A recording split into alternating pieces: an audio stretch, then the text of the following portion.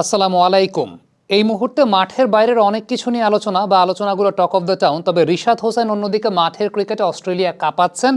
আরও একটা ম্যাচে 3 উইকেট নিয়েছেন রিশাদ হোসেন এবং তিনি যে পরিণত হচ্ছেন বিভিন্ন কন্ডিশনের অ্যাডাপ্টেবিলিটি তার মধ্যে দেখা যাচ্ছে, সেই বিষয়টা কিন্তু আমরা লক্ষ্য করছি।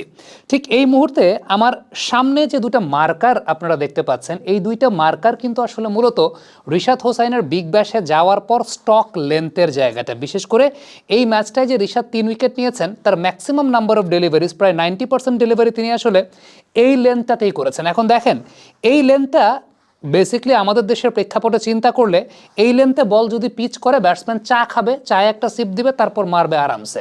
কিন্তু অস্ট্রেলিয়ার মতো জায়গাতে আসলে এই লেন্থটা wicket taking length. This is why আমাদের দেশ থেকে আসলে লেগ স্পিনার বের হয় না, কারণ আমাদের উইকেটগুলো ভালো থাকে না। উইকেট যেহেতু ভালো থাকে না, উইকেটে স্কিড থাকে না, এই লেন্থে বল পিচ করলে আলটিমেটলি ব্যাটসম্যানের জন্য সেটা একটা মোয়া ডেলিভারি, ব্যাটসম্যান চা খেয়ে মারে। কিন্তু ওই সমস্ত জায়গাগুলোতে লেগ স্পিনারদের এনকারেজ করার মতো উইকেট আছে, ওই সমস্ত জায়গাগুলোতে এগুলোই আসলে উইকেট টেকিং ডেলিভারি। আপনি দেখবেন রিশাদ প্রথম যে উইকেটটা পেয়েছেন, ব্যাটসম্যান আলটিমেটলি ব্যাকফুটে গিয়ে এটাকে ক্লিয়ার করার চেষ্টা করেছেন। ব্যাপারটা তো আসলে সেরকমই, আপনারা পর্দায় ঠিক এই মুহূর্তে দেখতে পেলেন। এই বলটাতে রিশাদের সবচাইতে বড় ক্রেডিবিলিটির জায়গাটা হচ্ছে এই বলটার পেসটা। খেয়াল করে দেখবেন মাত্র ৭৯.২ কিলোমিটার প্রতি ঘন্টায়, অর্থাৎ ৮০ কিলোমিটারের নিচে পেসটাকে অনেক বেশি মাত্রায় কমিয়ে দিয়েছেন।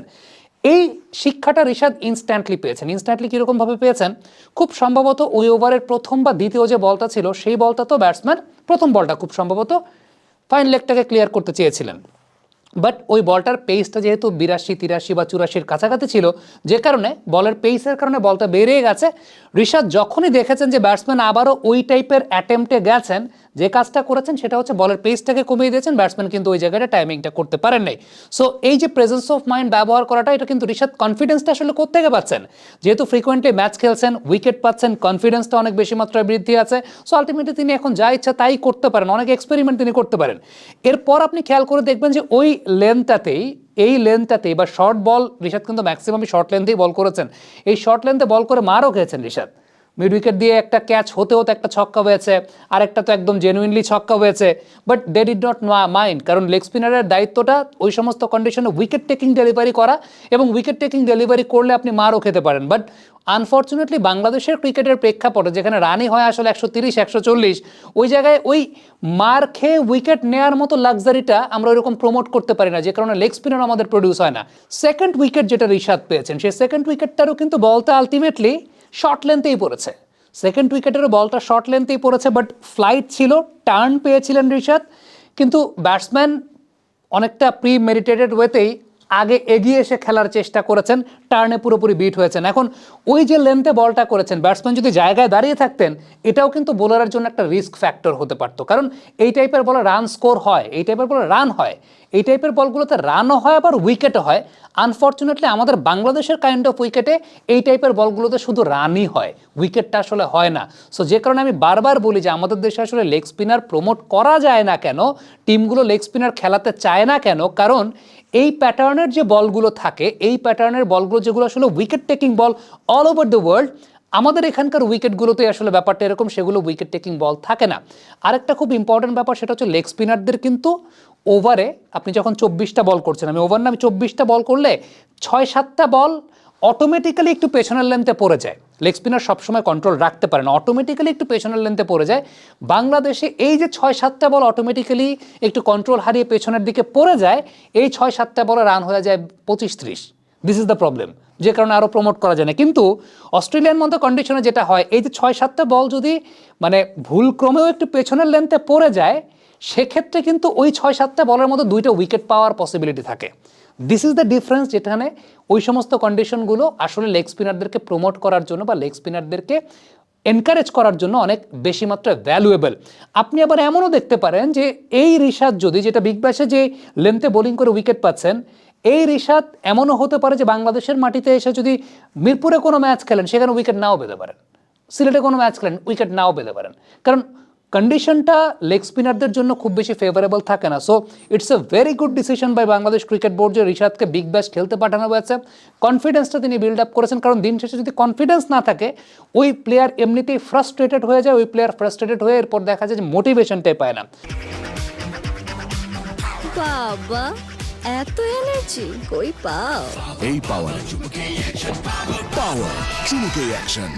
বাহাতের উইকেট যেটা রিশাদ পেয়েছেন সেটা কিন্তু একটা সামনের লেন্থের বলেই পেয়েছেন, ওই বলটা 6 হতে পারতো, ওই বলটা ছক্কা খাওয়ার মতোই একটা হয়তো বা বল ছিল, 6 হয়েই যাচ্ছিল, বাট আনফর্চুনেটলি ব্যাটসম্যানের জন্য আনফর্চুনেট যে তিনি এলিভেশনটা পান নাই, but they actually do not mind, তারা ইনভেস্ট করতে পছন্দ করে লেগ স্পিনারদের উপরে। লেগ স্পিনার ছক্কা খাবে, উইকেট নেবে, ছক্কা খাবে, উইকেট নেবে, 4 খেতে পারে, উইকেট নেবে। এই জায়গাটাই আসলে কালচারাল ডিফারেন্সটা আমাদের জায়গা থেকে এবং তাদের জায়গা থেকে, কারণ তারা ওইভাবেই চিন্তা করে যে লেগ স্পিনার এক্সপেন্সিভ হতে পারে, but they will grab up the wickets, they will grab up the best possible wickets.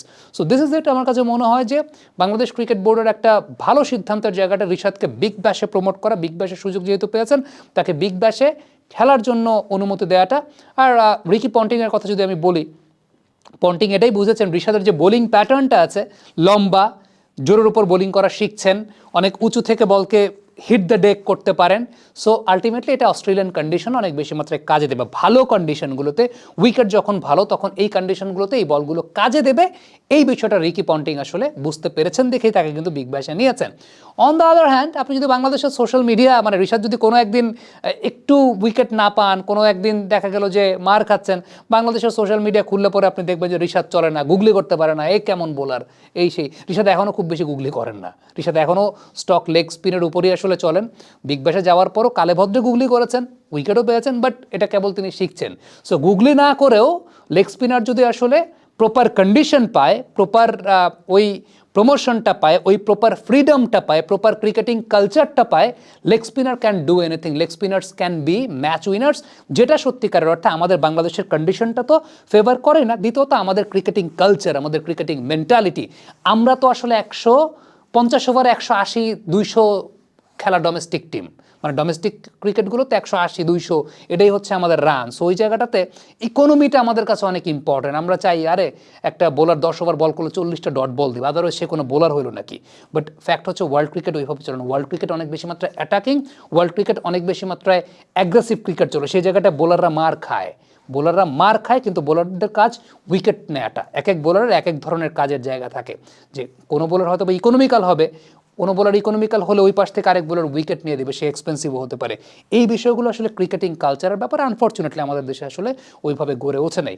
But যতটুকু আমরা ফেভার পাচ্ছি বাংলাদেশ ক্রিকেট বোর্ডের, এই জায়গাটা আমার কাছে মনে হয় যে একটা বেশ ভালো উদ্যোগ ঋষাদকে বিগ ব্যাশে প্রমোট করার জায়গাটা। কমেন্ট বক্সে আপনাদের মন্তব্য, মতামত জানতে চাই।